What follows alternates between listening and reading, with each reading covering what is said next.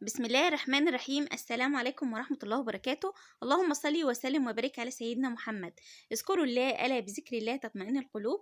ازيكم حبايبي؟ عاملين ايه؟ يا صباح الفل عليكم. يوم جديد كده ان شاء الله من عند الفراخ بتاعتنا. بس حبيت أبدأ اليوم بتاعنا من على السطح كده. بدأت كده أول حاجة، طبعًا شُفت الأكل واكلين أكلهم الدنيا تمام. بدأت كده هاشيل بقى البريمة كده من قدّامهم واغسلها غسلة كويسة، لإن طبعًا في فصل الحر ده بتكتر معانا مشاكل كتيرة. وحاجة كمان هاتكلم فيها برضه في حلقة النهارده بالنسبة للسموم الفطرية. هنا كده أنا باقول لكم هُم دلوقتي اتعودوا وبقوا يبيضوا في المكان اللي أنا عاملاه لهم. يعني أنا دلوقتي عملت لهم قفص، وكل ما تلاقي بيضة على الأرض تاخديها تحطيها في المكان اللي أنتِ عايزاها. هُم شوية بشوية هتلاقيهم خلاص اتعودوا إن هُم يبيضوا في المكان اللي أنتِ عايزاه يبيضوا فيهم.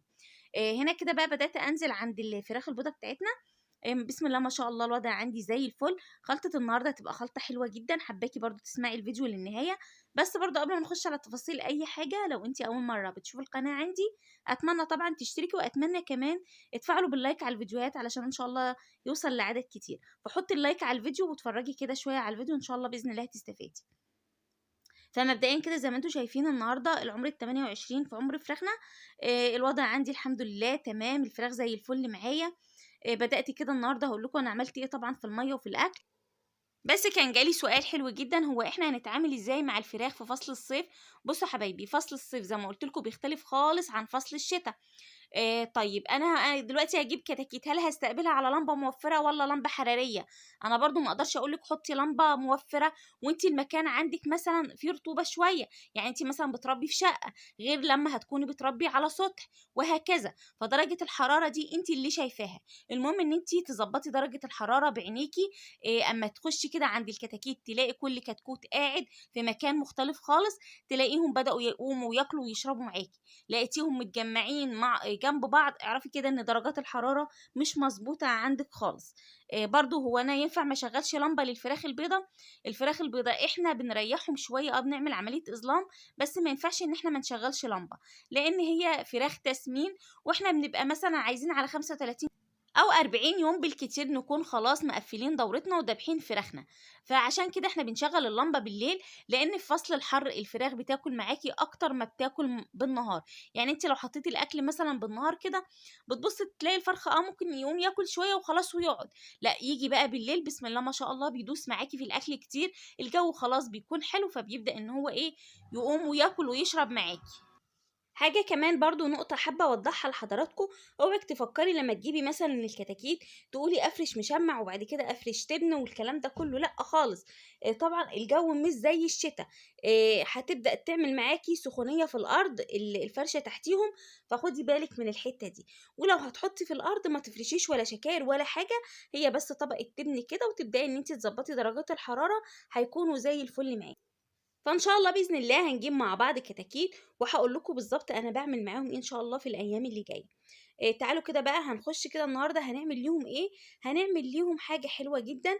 برضه للإسهالات للكلام ده كله.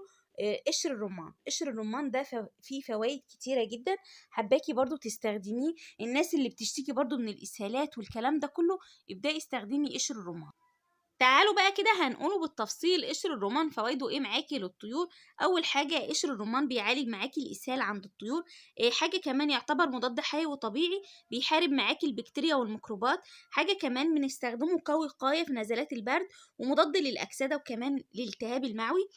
حلو جدا برضو مضاد لهشاشه العظام، وبنستعمله برضو كوقايه في الامراض الجهاز التنفسي.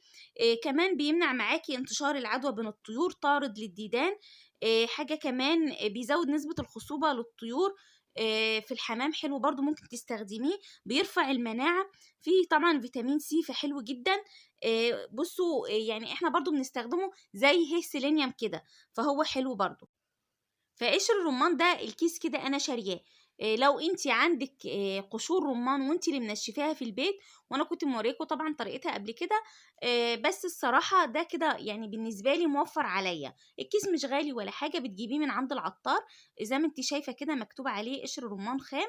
فحلو جدًا، تقريبًا كان ب9 جنيه حاجة زي كده.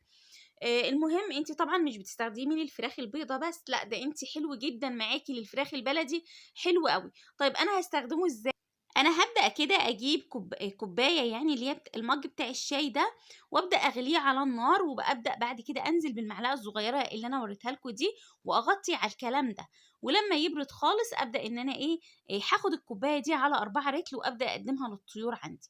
عندِك بقى أنتِ رُمّان صحيح، ممكن تاخدي مثلًا 4، 5 قطع كده من قشر الرُمّان، وتبدئي تغليها كده مع رِتل مَيّة والّا حاجة، وتبدئي تقدّميه لمدة 3 أيام ورا بعض، يعني كل يوم كده، أو 4 أيام معاكِ لحد 5 أيام، ما فيش مشكلة خالص، بتبدئي تقدّمي قشر الرُّمّان ده. طيب هو أنا هابدأ أستخدمه من إمتى؟ من بعد العمر العاشر ممكن نعمله للفراخ عندنا، وزي ما قُلت لِك على حسب الحالة أنتِ بتتابعي، بمعنى إيه، أنا النهارده عملته، لسه في شوية إسهالات، هاجي تاني يوم أعمل، لأ لسه محتاجين كمان يوم، خلاص تالت يوم خلاص الدنيا اتضبطت عندي هاوقّف على طول، تمام، مش معنى كده إن أنا هاعمله 5 أيام ورا بعض، أنتِ كل يوم بتبدئي تبُصّي وتشوفي الوضع عندِك إيه، فقشر الرمان ده أنا أنصحِك بيه، وزي ما قُلت لِك لو مش متوفر حاليًا الرُّمّان والكلام ده كلّه، أنتِ بتشتريه كده جاهز من عند العطار، وأنا الصراحة شارياه ما باستغناش عنه بقى للفراخ البلدي. الفراخ البلدي عندِك لو في إسهالات امنعي الخضروات خالص نهائي خالص، وقّفي الخضروات، هنوقّف العلف برضه، هنحط شيشة بدال العلف، تمام، مش هنأكّل أي حاجة طرية، إن شاء الله بإذن الله هيبدؤوا يتضبّطوا معاكِ على طول.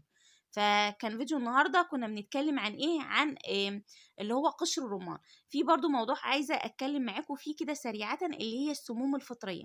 السموم الفطرية ديّة ممكن تيجي معاكِ، يكون مثلًا الوضع خفيف شوية عندِك، وممكن تبدأ تحصل معاكِ سموم فطرية تؤدي إلى الوفاة، على طول تبُصّي تلاقي الفرخ مات معاكِ.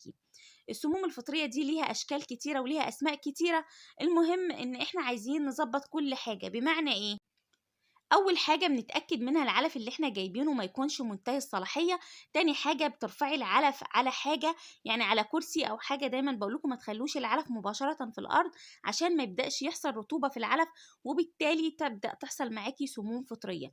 حاجة كمان العلف ما نحطش فيه خلطات كتيرة، يعني ما تبدئيش تحطي مثلًا الحلبة والبصل والتوم وكده وتخلّيه قدامهم باليومين وال3، ده أكبر غلط، بتبدأ تنشط معاكِ البكتيريا على العلف، وبالتالي بتبدأ تحصل السموم الفطرية. طيب يبقى إحنا عرفنا أي خلطة بنعملها تبقى خلطة مثلًا إيه بتاعة يومها كده وخلاص شكرًا على كده، ما بنزوّدش العلف ولا حاجة. حاجة كمان السقايات يا جماعة، السقايات بُصّوا دي برضه مشكلة، أنتِ لمّا بتيجي تغسلي السقاية حتى يوميًا بتلاقي فيها زي مادة لزجة كده، المادة اللزجة دي لو ما اتغسلتش كده كويس جدًا معاكِ بتبدأ تحصل سموم ويبدأ يحصل إسهالات شديدة. أنا عندي اللي هي الليفة دي مخصصة بتاعة الطيور، كل يوم باغسل السقاية الصراحة ما عنديش مشكلة خالص، أمّا كل يوم السقاية بتاعتهم تتغسل واحط لهم مَيّة نضيفة تمام، المَيّة ما تقعدش مركونة قدامهم باليومين وبال3، بنغيّر المَيّة يوميًا وعلى حسب درجة الحرارة، يعني درجة الحرارة عالية ممكن أغيّر المَيّة مرتين، 3 في اليوم، 4 مرات، أنا ما عنديش مشكلة. تمام، فهناخد بالنا برضه من موضوع المَيّة ده. السموم ممكن تيجي معاكِ إن الفرخ بينقش في الأرض كتير وبيبدأ ياكل من من الأرض ويبدأ يعمل حمام والكلام ده كله، فبتبدأ تحصل معاكِ سموم فطرية. عشان كده البطارية أنا بالنسبة لي نسبة الأمراض فيها بتبقى ضعيفة، يعني الحمد لله اللهم لك الحمد. حاجة كمان أنا بانضّف يوميًا، يعني قبل ما أبدأ الفيديو بابدأ أجُر الأدراج دي وبانضّفها وباضبّط المكان عندي، ده كده روتيني اليومي مع مع الفراخ البيضا، التنضيف والتعقيم وكل حاجة. أول حاجة باغسل سقاياتي كويس جدًا، بانضّف الفرشة، باشوف الدنيا معايا إيه، الوضع عندي بيكون زي الفل. ده كان فيديو النهارده، أتمنى بقى فيديو النهارده يكون عجبكم واستفدتوا مني بحاجة بسيطة، أشوفكم إن شاء الله بكرة في فيديو جديد، مع السلامة.